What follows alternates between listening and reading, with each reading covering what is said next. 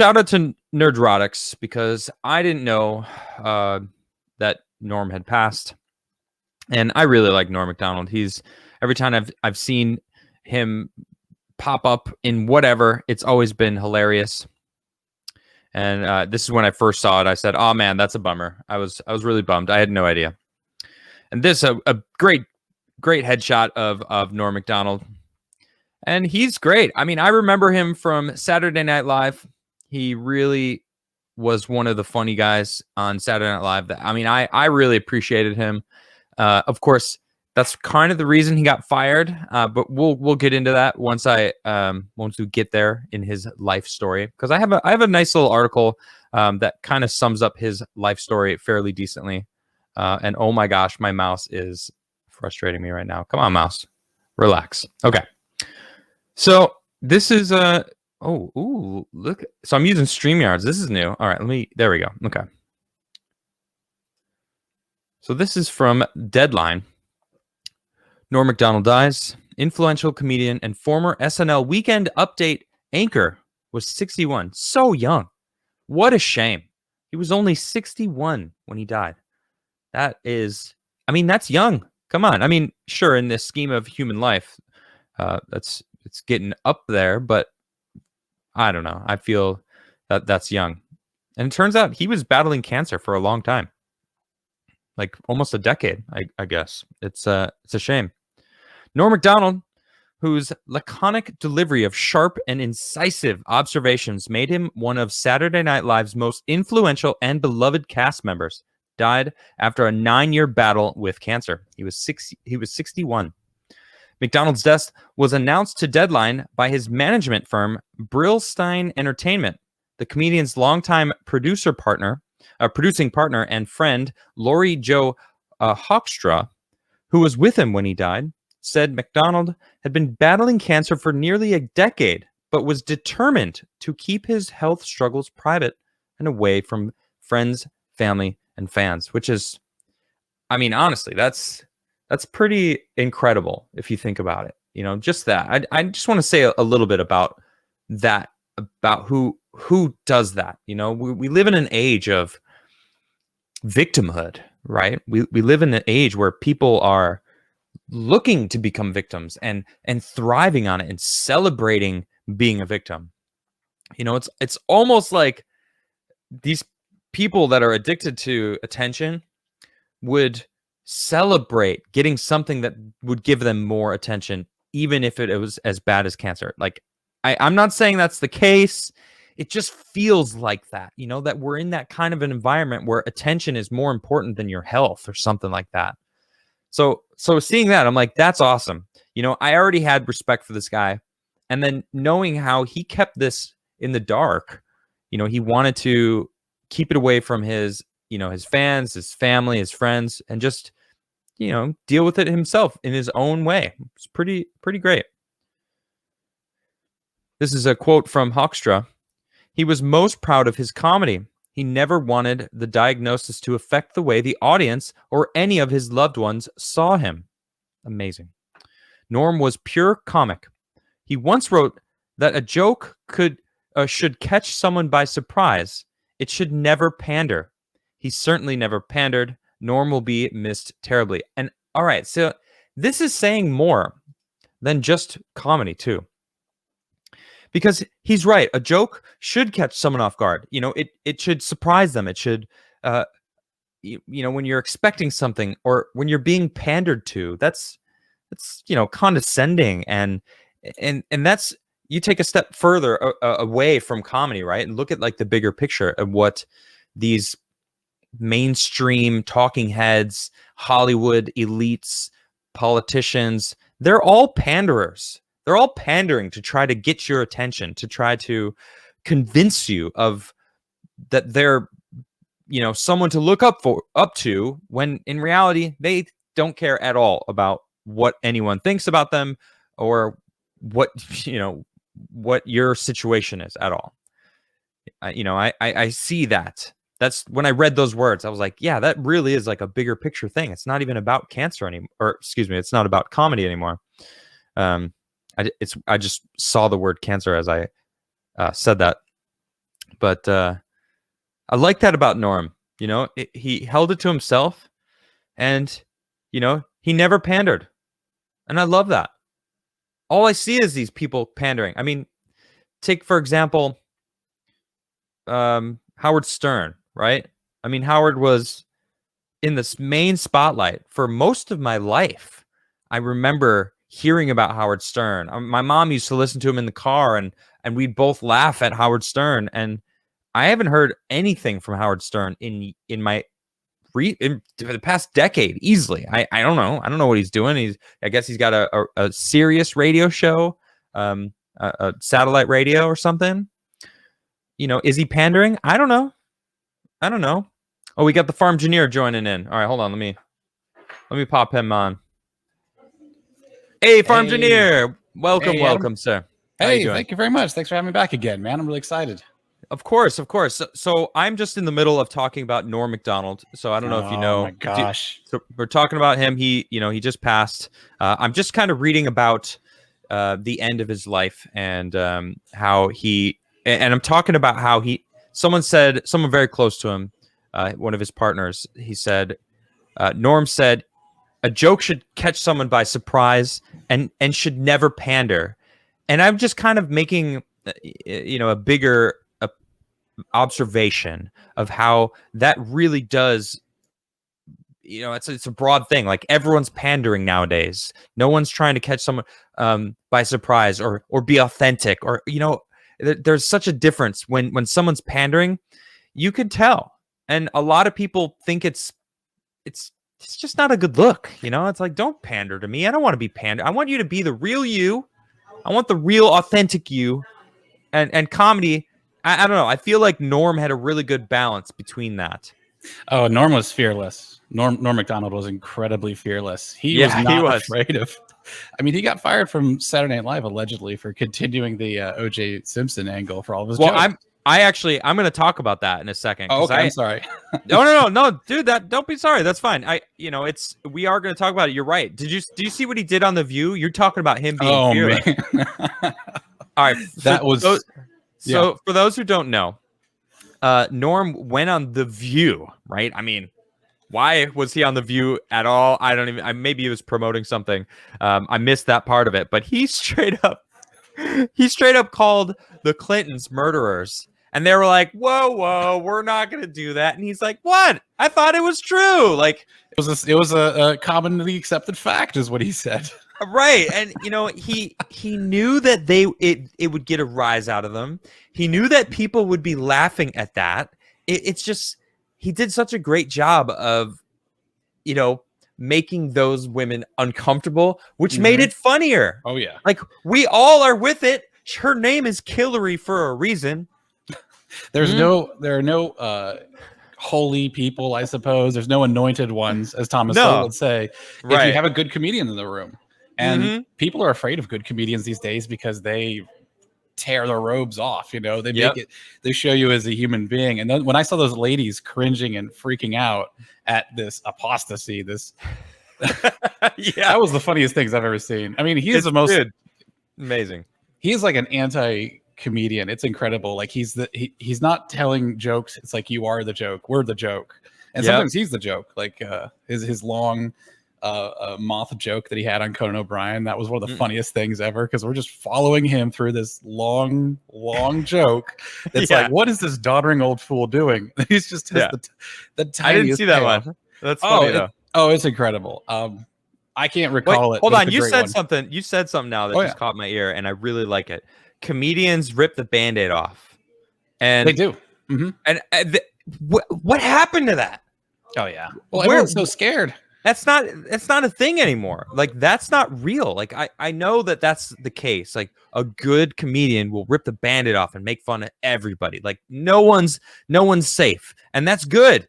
Like, everyone should be ridiculed, because everyone should be able to take a joke and not have it be offensive and be offended for someone else also, which is a problem unto itself. But I mean, being offended on someone else's behalf is a form of cultural appropriation, as far as I'm concerned. Like, we should have our late night hosts should have so much material, right? Like, we got tons of people streaming across the border at the same time as we have vax mandates. It doesn't make any sense.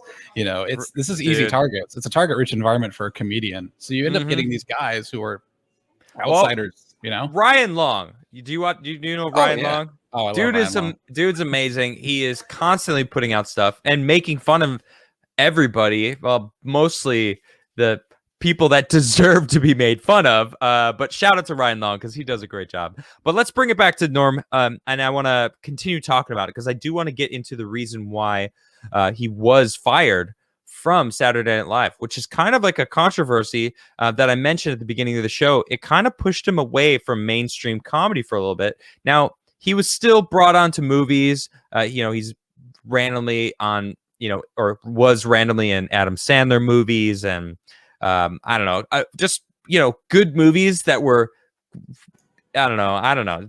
How do I even describe it? The good comedy movies, Norm Macdonald would somehow show up in them, because he was one of the real ones. Oh yeah. No, he was, it was in Billy Madison as just one of the two losers that was hangers on. He was in Dirty Work, which was a great movie. I believe that was him. Yeah, that was him in Dirty Work. I don't know that one. Dirty Work. I think that's actually one he did after he got fired. Actually, let's get into this. So I got this. I've been continuing on. So Macdonald was scheduled to be in New York Comedy Festival lineup in November. So he was still doing comedy even through 9 years of cancer battles. He was an SNL cast member from 1993 to 98, making his greatest impact as the anchor of the show's Weekend Update segments for 3 seasons. Remember for his droll style and for his refusal to go easy on O.J. Simpson, despite reported pressure from NBC execs. Macdonald would prove one of the most impactful update anchors, pivoting away from the slapstick approach of Chevy Chase and towards the more barbed political approach of his successor, Colin Quinn. Born in October 17th, 1959 in Quebec City, Macdonald started his show business career in the comedy clubs of Canada, developing the deadpan style that would become both his trademark and a highly influential touchstone for a generation of comics. After being a contestant on Star Search in 1990, he landed his first regular TV writing gig on The Dennis Miller Show, fronted by the man who anchored Weekend Update from 1986 to 91. Macdonald was hired to write for Roseanne Barr's sitcom Roseanne for the 1992-93 season before landing the coveted gig at NBC's Saturday Night Live. Among his most popular SNL bits was a gum-chomping impression of Burt Reynolds, complete with charming smile, bolo-tied, wise guy attitude. Oh, man. That was Those great. Are great. Those were so great. There's actually a picture of it right here. You can see him. Oh, yeah. Giant hat on. Often at hilarious odds with Will Ferrell's Alex Trebek, if his Reynolds was his best, other impressions were nearly on par. Macdonald's roster include Andy Rooney, Clint Eastwood, David Letterman, Larry King, Quentin Tarantino, Mr. Bean, and Rod Sterling, among others. Macdonald's departure from the show was a controversy in itself, and the firing was often attributed to his continued lambasting of Simpson as a murderer, despite what was said to be the displeasure of Don Ohlmeyer, president of NBC's West Coast Division, man. A friend of the former football great. Oh, that makes a lot of sense because the audience is still laughing at all those clips. Like, yeah, because they're funny. I mean, they're hilarious. I mean, we're not here to discuss whether or not OJ did it or not. Although, I mean, you're gonna have to read his book, I think, to find out. I mean, if I did it. What, did he read a book? No, he wrote it. Yeah, he wrote a book. Yeah, he wrote a book called "If I Did It." It's pretty. Are you serious? It's called "If I Did It." I would love to have scare quotes on the word "if." I don't know if you're serious or joking right now. We're talking about comedy and catching people off guard. You're serious, aren't you? I'm a little bit serious. Check the chat. Chat, correct me. Oh my god! I don't know if that's real or not. The chat may be joining me on pranking you right now. Are you pranking me? No, I'm not. You are. You're not. It's real? Yeah, I don't know. He's serious. Everyone's saying it's real. Wow. I was gonna find you a link, but I figured the chat would vindicate it. No, he wrote a book called "If I Did It," which is amazing. And I mean, I'm starting to think he didn't do it, but then all of a sudden, I remember. Oh yeah, no, he totally, he totally wrote that book. Wow! Thank you, chat. Wow! Oh my goodness. Okay, I mean, that is monetizing an exoneration if I ever saw one. That's amazing. I mean, so they were telling him to cut the jokes, and he's like, "No, it's funny. I'm gonna keep doing these jokes." There was my favorite joke of the O.J. Simpson ones was the court reporter said that O.J. Simpson was crying when they were describing the murder scene, like the scene of his dead wife. And he says O.J. shed a single tear as he realized he'd never be able to kill her again. Rough. That's rough. That's Norm. He makes you so uncomfortable. He's such a loose cannon. You don't know what he's gonna say, and that's half the. That's him though, catching you by surprise, and that's why his comedy was so great. Oh yeah, and just to go up in that article a bit, I did not know he was a writer on Roseanne Barr's show. I didn't know either. Yeah, I didn't know. And if you look at these old TV shows, like The Simpsons had Conan O'Brien, Roseanne Barr had Norm Macdonald. It's like all these shows were so good. We're in the sort of weird zombie Simpsons era of comedy, where like the comedy just isn't. Well, I mean, it's just doesn't do it anymore. Yo, it's just not the same. Nah. All right. So Macdonald would later tell the New York Times that he believes his dismissal was the result of doing experimental stuff, non sequiturs on Update, saying Ohlmeyer would watch Leno kill every night for 15 minutes, every joke, huge laughs, and then I do 10 minutes a week and sometimes not get laughs. Regardless of Ohlmeyer's motives, Macdonald was canned. His Simpson coverage were unrivaled at the time for its comic ferocity. While Leno routinely featured the silly dancing idos during the trial, Macdonald was relentless in his condemnations. The Simpson trial was still deliberating when he read his lead update item. They must now decide whether to free him or get all their heads cut off. After the not guilty verdict was rendered, he said, "Well, it's finally official. Murder is legal in the state of California." And that's Norm.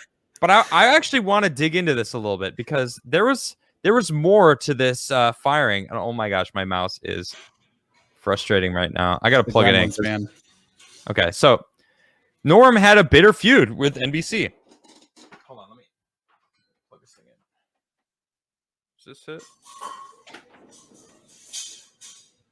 Nah, you're good. That's the rule of broadcasting. Anything that can go wrong will go wrong. Like a traffic jam. Oh yeah, tell me about your traffic jam. You all right? What happened there? Oh man, the thing about traffic jams is if it's a bad accident and you complain about being late, you're just a complete jerk. Like those people just had a car accident. I'm like, come on. I'm like 30 minutes late now. It's like if someone in front of you at McDonald's like burst into flames and they had to clean it up. I'm so professional on my show. Okay, I got my mouse plugged in. All right, so let's talk about this bitter feud, right?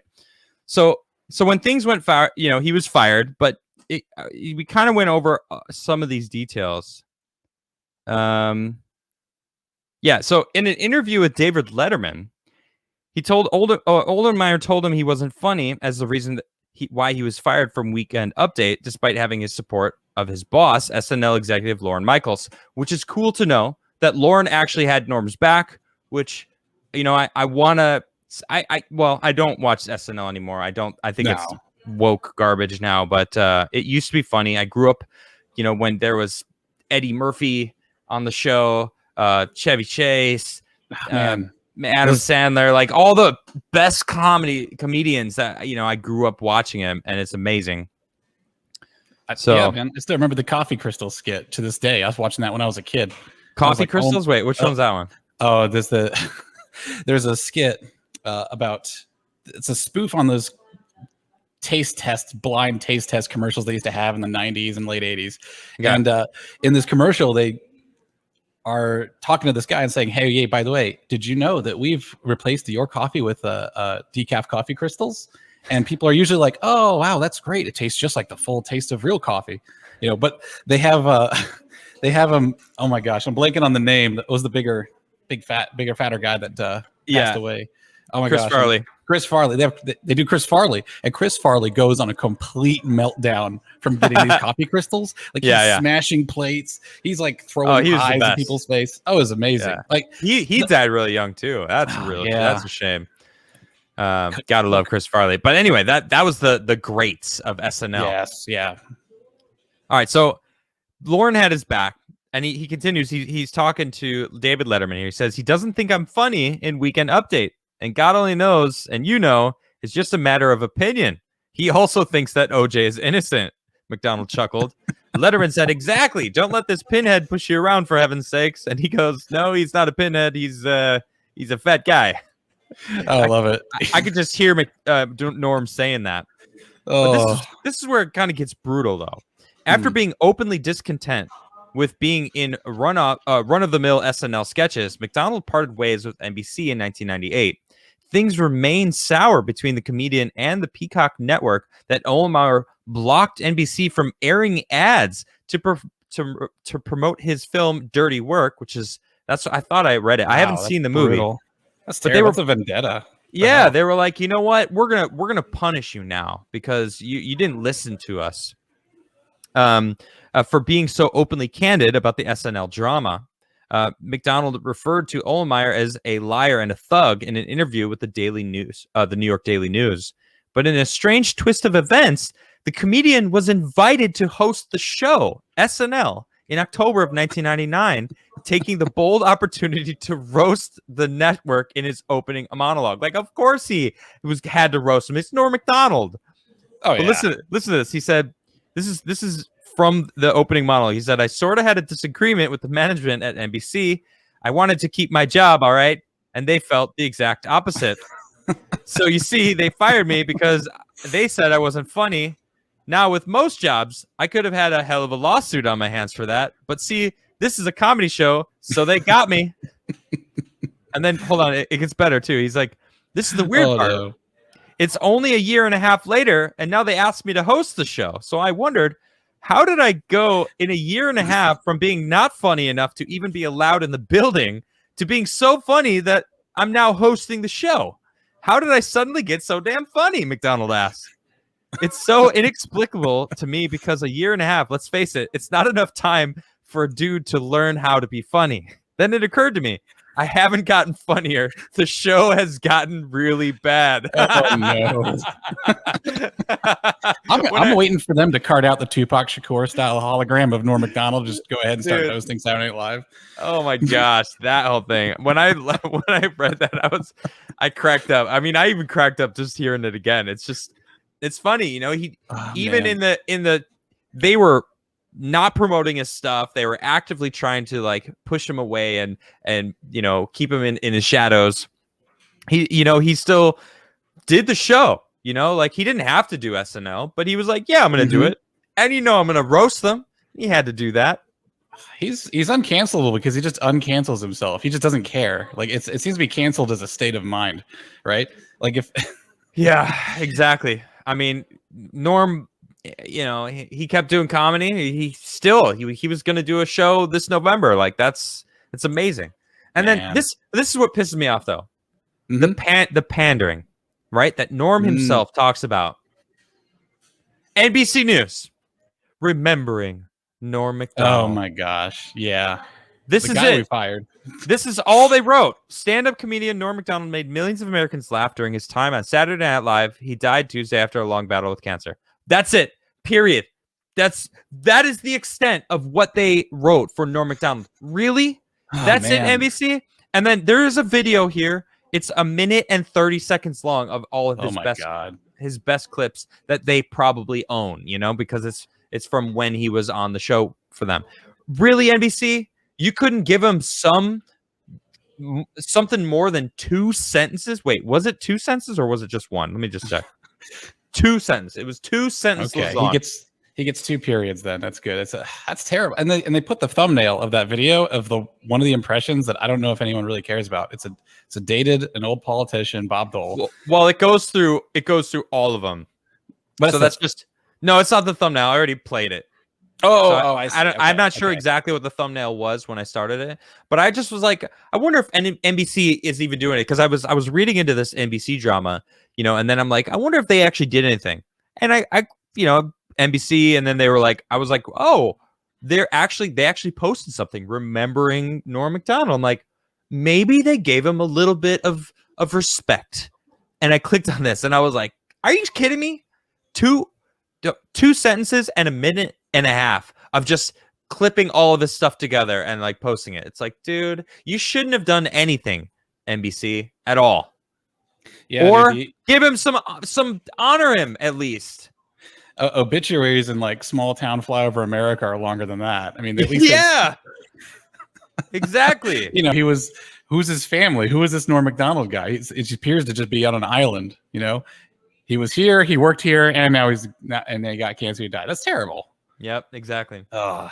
But Norm, I mean, he had a solid career afterwards. So after leaving SNL, he started his own comedy series, Norm, from 1999 to 2001, playing a goofball former hockey player who is caught cheating on his taxes and sentenced to serve as a New York City social worker. Laurie Metcalf co-starred. He also did a one-season talker for Netflix. Norm Macdonald Has a Show in 2018. I haven't seen any of these things, and I'm actually very interested now to watch all of them. I didn't hear about those either. That's Right? incredible. He's Norm got Macdonald Has a Show. Yeah, other credits titled include a character in A Minute with Stan Hooper, Fox sitcom that lasted a half season, co-starred Penelope Ann Miller and Frank Willard, and 2011's sports show with Norm Macdonald for Comedy Central. Oh, that was probably fun. He earned a Cable Ace Award nomination as part of the writing team for the 92 variety special Free to Laugh, a comedy and musical special for Amnesty International. That's pretty awesome. Nice. And then he was also had recurring roles in Girl Boss from 2010 to 2018, on The Middle, which he played a rudderless Rusky Heck, oddball brother of Neil Flynn's Mike Heck.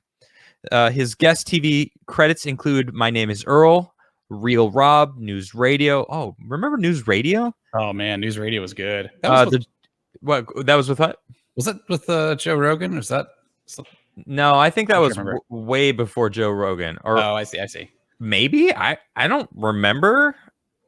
There's a lot of really good shows around that. Like era. Young Joe Rogan? I don't know. Maybe there was a young Joe Rogan on one of those TV shows. That's how he got his start before Fear Factor. Chat, what do you got? Do you guys know about this? Let's just ask the chat. Someone. Yes, Joe Rogan was on News Radio. Thank you, Double A. Yes, good stuff, dude. Yeah, you called it. That's right. News Radio, Young Joe Rogan. Awesome. That was a fun show. And then he was on the Drew Carey Show, the Larry Sanders Show, and he lent his voice to a bunch of stuff. Mike Tyson's Mysteries, The Orville, Dr. Dolittle, Very Odd Parents, the video game Skylanders Academy, and others. How about Death from Family Guy? How did they miss that? Oh my gosh, yeah, forgot about that. He was Death on Family Guy. That right? My goodness. If I was gonna die, I'd like Norm Macdonald to shepherd me through. He'd make it funny. There he is. There he is.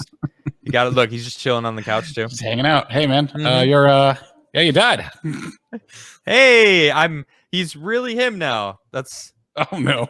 Wait, too soon? Too soon?